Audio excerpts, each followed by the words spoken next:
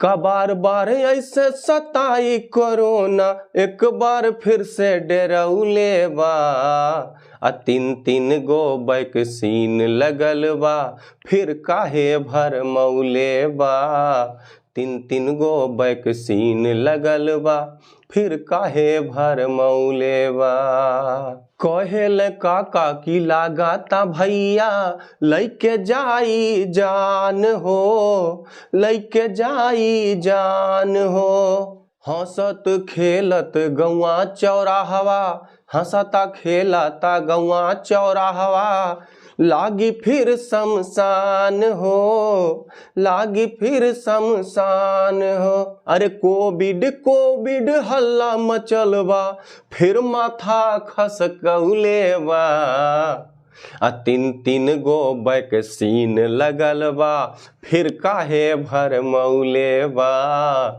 तीन तीन गो वैक्सीन लगल बा, फिर काहे भरमौले बा।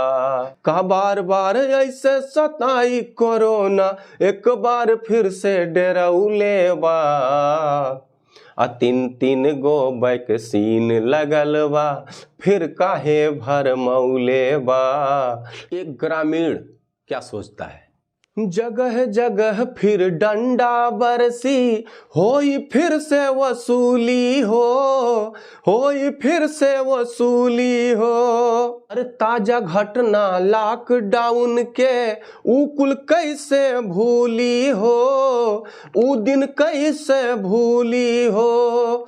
अरे माथे फूटल बढ़न विपतिया, जन जन के टेंशन बढ़ौले बा। आ तीन तीन गो वैक्सीन लगल बा, फिर हूँ कोरोना डेरौले बा। तीन तीन गो वैक्सीन लगल बा, फिर काहे भरमौले बा। का बार बार ऐसे सताई कोरोना, एक बार फिर से डेरौले बा।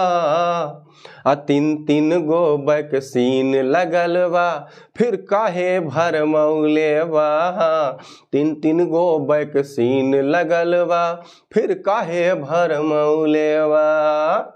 अब लॉकडाउन के वजह से जो परदेसी विदेशी भैया बाहर हैं, वो घर आने के लिए कैसे कैसे क्या क्या काम करते हैं वो आप देखिए।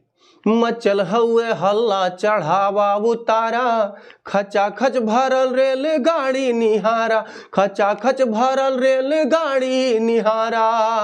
केहू बेबस पैदल चलल बा, केहू बेबस पैदल चलल बा। केहू के बा ट्रक वे सहारा, केहू के बा ट्रक वे सहारा। अरे अखिया से लोरवा हरदम बहत बा, अखिया से लोरवा हरदम बहत बा। ई जब से खबरिया सुनौले बा। तीन तीन गो वैक्सीन लगल बा, फिर काहे कोरोना डेरौले बा। का बार बार ऐसे सताई कोरोना, बार बार ऐसे सताई कोरोना, एक बार फिर से डेरौले बा। अरे एक बार फिर मुहुआ फुलौले बा। आ तीन तीन गो वैक्सीन लगल बा, फिर काहे भरमौले बा। तीन तीन गो वैक्सीन लगल बा, फिर काहे भरमौले बा।